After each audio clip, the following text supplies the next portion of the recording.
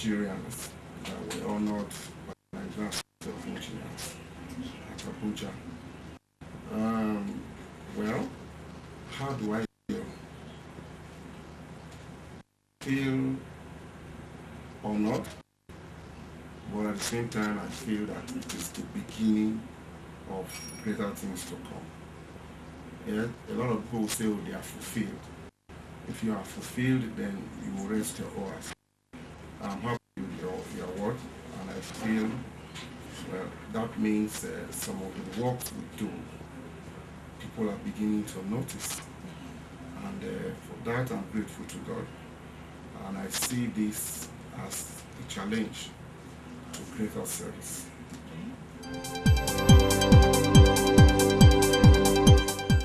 Well, I think the Niger Delta has a lot to be grateful to God for. In the person of my boss, the Executive Director of Projects, a young and very dynamic person. My job here is to assist him. The office is the hub of the commission. It's like an engine room. It's the office where decisions concerning implementation of projects are taken. And well, he has come in with a whole lot of new ideas. And I also want to quickly put on record that the NDDC new board is different from the past boards. There's a lot of dynamism in this, and the board by the chairman, the MD who runs the commission,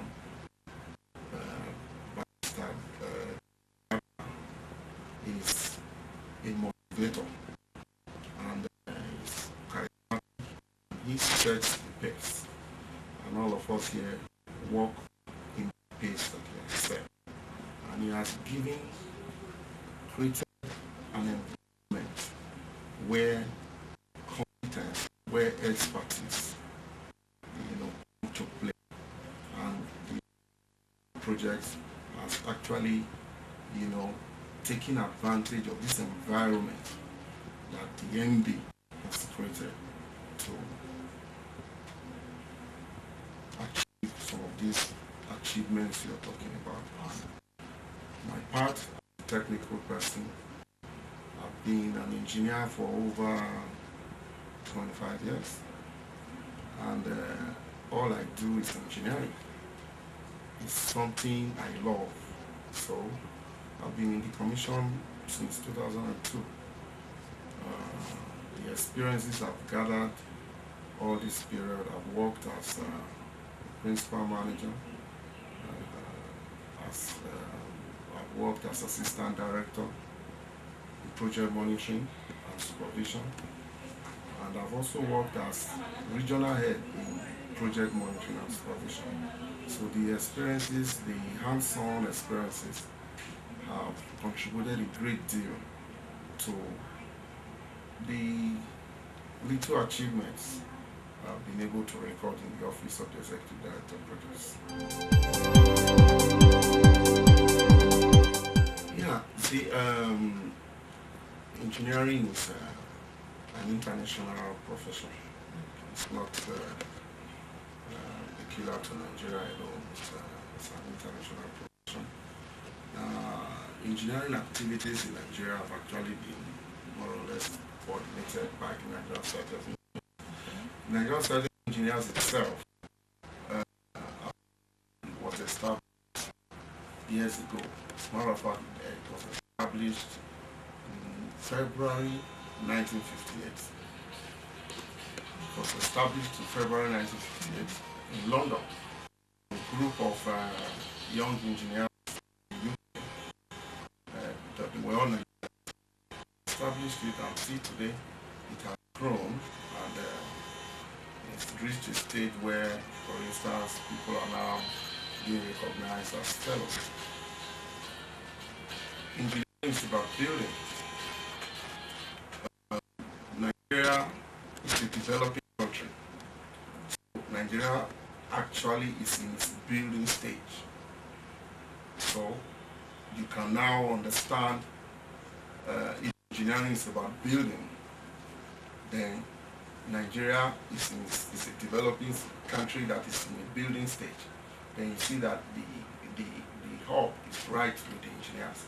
The engineers have a responsibility to ensure that this country moves from a developing state of status to a developed status. And for that to happen, a lot of engineering needs to be done. We need to design, we need to build, we need to maintain. And the Nigerian engineers have contributed a great deal to the growth we have so far in the country. The monuments we have, the edifices we have, buildings in Marina, Lagos, the third mainland bridge, you know, we're all handwork of Nigerian engineers. And I'm very happy to state on record here that NDDC recently completed a bridge, a 600-meter bridge in a place called Ibino in Akwa Ibom State. And that bridge, from design to implementation, was done fully by indigenous engineers. And I was project manager on that project. And we successfully delivered that project. Okay? The design, calculations, the supervision work, everything was wholly indigenous. That is to tell you how the Nigerian engineers have developed.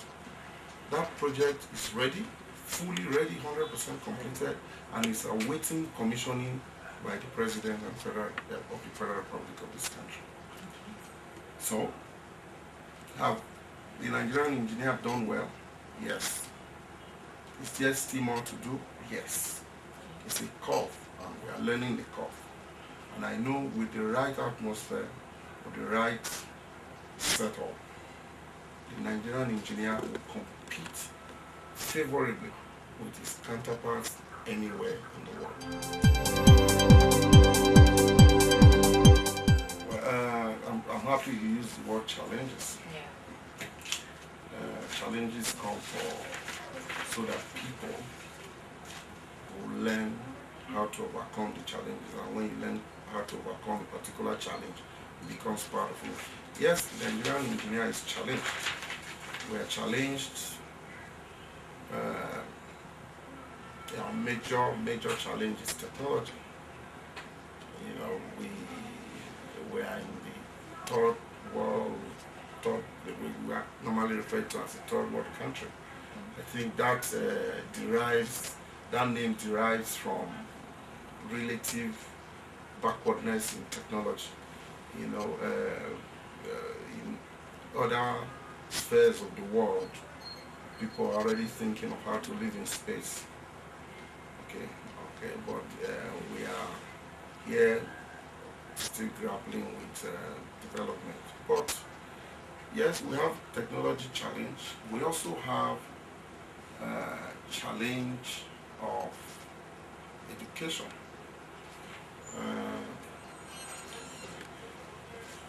We need more and more education in Nigeria. A large number of Nigerians are not educated.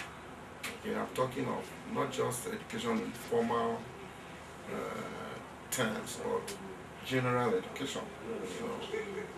Here in Nigeria, we believe if you don't go to university, it doesn't necessarily, you could still be educated without actually going to university. People like Bill Gates didn't complete his university education. Even the Steve Jobs, at a point in time, the late Steve Jobs of Apple, dropped out of school. Okay, but there are other ways to educate. There are training in craft. You know, our boys, we have young men who walk the streets. They go to school, they graduate from school, look for jobs that are not coming. But if they had some knowledge in craft, they can startup. So that self-education itself is a challenge to growth in Nigeria, which also is a challenge to the Nigerian engineer. And with the tools to work, state-of-the-art tools to work, it's also a kind of challenge to the Nigerian engineers. Then, of course, the challenge of poverty in the land, challenge of maybe lack of appropriate infrastructure. Okay, it's a challenge. But the good thing about this whole challenge is that Nigerians are also rising to the task. Okay, so our challenges actually spur us on to do more. Okay, so but the government on its own is doing a lot of things to stem some of these challenges. The present administration is embarking on an infrastructure drive, building of roads. The East-West Road, for instance, is almost nearing completion. The roads from Warri all the way to Benin is very standard road. And the Lagos, popular Benin-Lagos road is most parts of it have been fixed, and you can actually understand you came by road, and I'm sure so you know how the state of that road is. A few years back, you couldn't pass. We had situations where motorists were sleeping 2 days, 2 nights on the road. But all that, the present administration has been able to solve that problem. And also, there are very soon, I think, work will begin on the Lagos-Ibadan section of the road. So I think the government on its own is trying to solve some of these challenges. Well, in the previous administrations in this country have had what they call the development plan. Okay, and recently I read in the paper that the federal government has approved a 453 trillion development master plan. Okay, so development really is about planning, and having planned, your ability to walk through those plans is what determines whether you succeed or not. And like I said, engineering is about building. An engineer's job is to design and build things, bearing cost in mind. It's a little different from the scientist. Scientists invent things, and no matter how costly it is, he doesn't care. But the engineer looks at the most optimal way that thing should be done. It thinks of cost. So the engineers are poised to bring about, with appropriate backing from the government and the private sector, engineers are poised to see this country grow, like I said, from a developing nation. Well,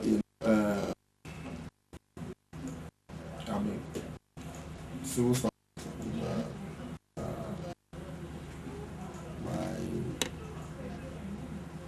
my comment is purely based on that. President, I will speak from the background of what I have experienced. Federal government organization and to the government. I can tell you, in terms of capacity building, part of this place, junior and senior, have benefited from various capacity building programs. I personally have gone to several programs, been to Harvard, training people in Nigeria and outside Nigeria. I've said this at Lagos Business School. This is a conference across the world. conferences have helped to develop me to the person that I am today. Led president, as I'm speaking on NDDC. It happens also in other federal government establishments. Apart from all that, there are various skills acquisition centers that the federal government has built. NDDC has various skills acquisition centers, and our people of centers learn some build capacity in